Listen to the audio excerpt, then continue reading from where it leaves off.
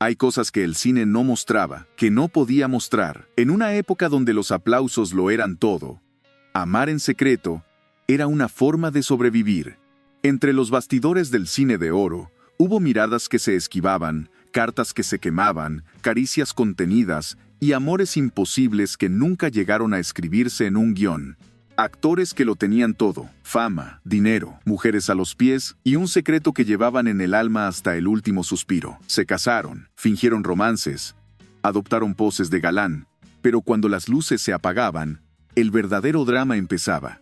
Porque en el México de los años 40, 50 y 60, amar a otro hombre era una condena silenciosa, y muchos murieron así, en silencio, tras una máscara perfecta, ocultando el amor que nunca pudieron vivir libremente.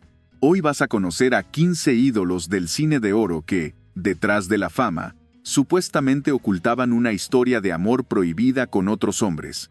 Comencemos.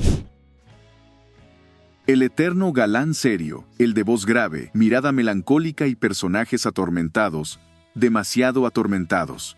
Muchos críticos notaron que Arturo interpretaba con una intensidad emocional que parecía salirle de adentro, como si siempre cargara una culpa, una sombra. Y quizá era así. Se casó, claro, con una mujer leal que lo acompañó hasta el final. Pero los rumores nunca pararon.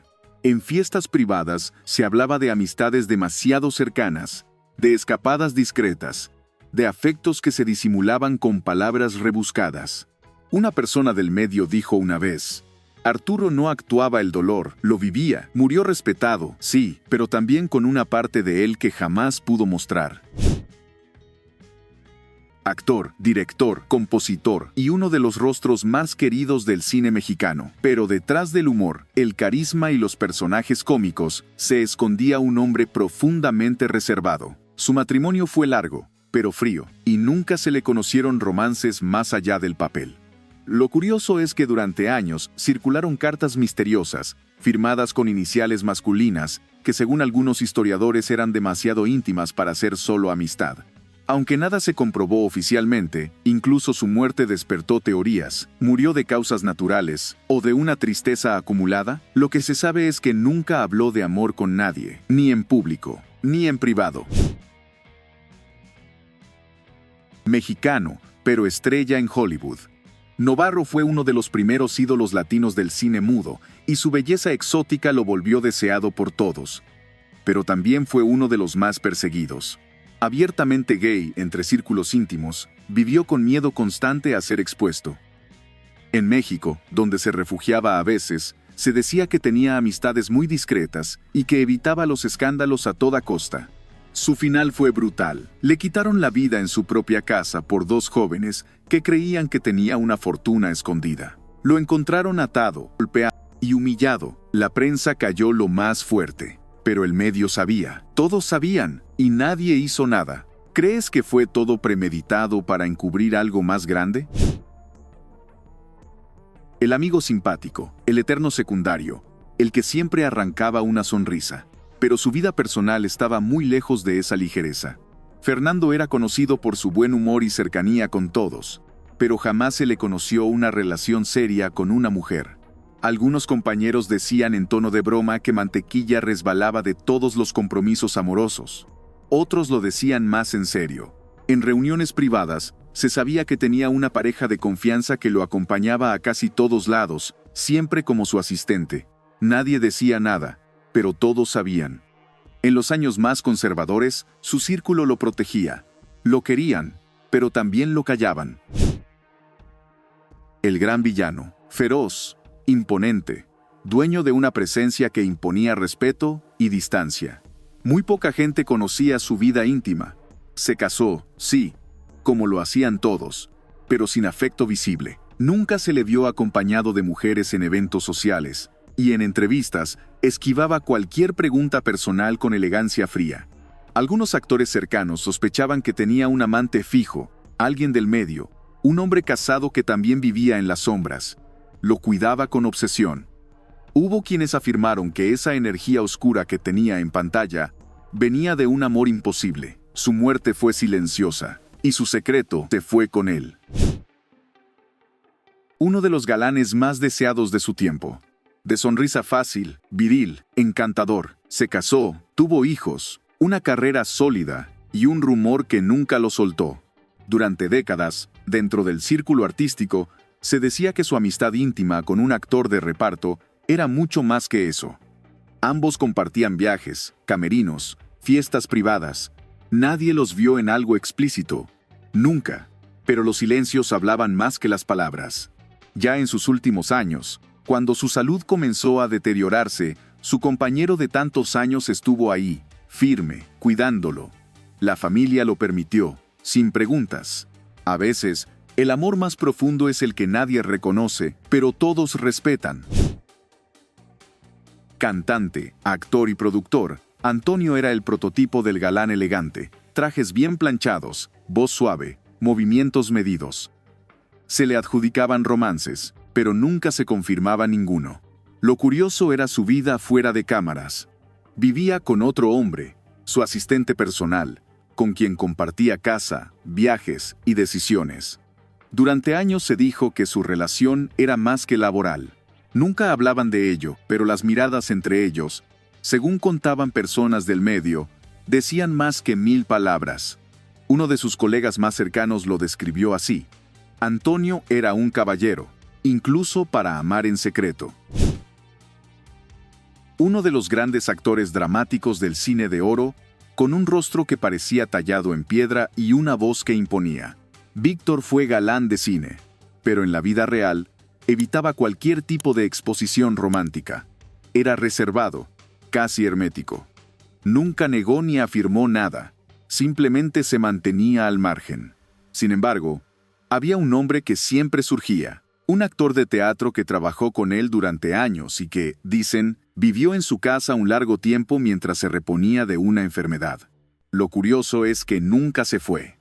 Su círculo más íntimo decía que Víctor tenía un amor al que protegía con todo, menos con la verdad pública. Actor refinado, de voz profunda, muchas veces en papeles intelectuales o de hombre sofisticado, pero en su vida privada, el misterio era parte del guión. Jamás se le conoció pareja estable. En entrevistas, evitaba cualquier mención sobre su vida sentimental con una sonrisa elegante y una frase evasiva. Sin embargo, en las grabaciones, había alguien que lo acompañaba siempre. Un editor de sonido, también soltero, también reservado. Muchos decían que eran inseparables, incluso fuera de los estudios. Compartían casa, gustos, libros y silencios. Una vez, un periodista intentó preguntar directamente sobre su orientación. Luis solo dijo: a veces, el amor no necesita etiquetas, ni entrevistas. Español de nacimiento, mexicano por adopción, Jorge Mistral era un galán de cine y teatro con una intensidad que traspasaba la pantalla. Pero detrás de esa mirada profunda, había un hombre que se sentía desubicado. Se casó, sí, pero su matrimonio fue breve y lleno de ausencias. Varios testimonios del medio aseguran que Jorge tenía encuentros con hombres, siempre discretos, siempre en ciudades lejanas. Se decía que le aterraba el escándalo. Ya en su madurez, su comportamiento se volvió errático, depresivo. Terminó su vida de forma abrupta, con un disparo que dejó más preguntas que respuestas. ¿Fue el peso de una vida sin libertad? ¿De un amor imposible? Su historia quedó inconclusa, como muchas de las cartas que nunca se atrevió a enviar. Rudo, serio, siempre con personajes de carácter. Tito no era un hombre de sonrisas fáciles, ni de confesiones públicas, pero quienes trabajaron con él sabían que había una parte suya que nunca dejaba ver. Vivió solo casi toda su vida. No se le conocieron parejas ni rumores de mujeres. Sin embargo, había un director con el que colaboró en más de 8 películas y que siempre aparecía en sus momentos personales.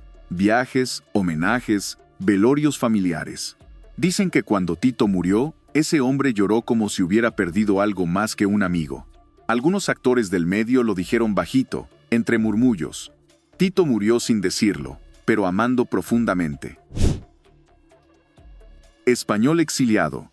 Actor de cine mexicano en decenas de papeles de villano elegante. José siempre fue un enigma. Culto, reservado. Con ese aire de hombre europeo que no encajaba del todo. No se casó.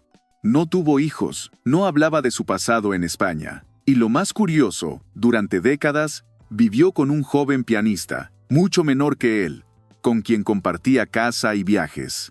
En el medio artístico todos lo sabían, pero nadie lo decía. Cuando murió, el joven heredó todo. Y al revisar sus papeles, encontraron poemas, firmados solo con iniciales. No eran de ficción, eran confesiones, escritas para alguien a quien solo podía amar en secreto. El eterno actor de reparto, con rostro amable y voz pausada, estaba en todas las películas, pero casi nunca en el centro. En su vida real pasaba algo parecido. No hacía escándalos, no salía en revistas, y su vida personal era un misterio, hasta para sus colegas. Vivía solo, y según algunos compañeros, tenía una rutina casi monástica, pero había un detalle que siempre llamó la atención. Cada Navidad, recibía una carta escrita a mano, sin remitente, que guardaba con cuidado obsesivo. La misma letra, año tras año. Nunca decía quién la mandaba. Al morir, encontraron una caja con más de 20 cartas, todas firmadas con la misma inicial masculina, y todas comenzaban con, amor mío, desde donde no puedo estar a tu lado. Uno de los directores y actores más prolíficos de su tiempo, un hombre de mando, de decisiones rápidas, de voz fuerte. Pero en su entorno más privado, se sabía que había una relación especial con un joven actor al que impulsó, protegió y mantuvo cerca en cada producción.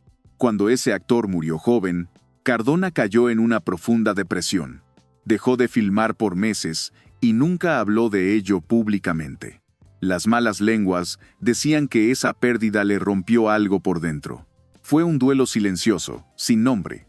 Pero entre los técnicos se decía con respeto, esa fue su verdadera historia de amor. Y no la pudo contar nunca.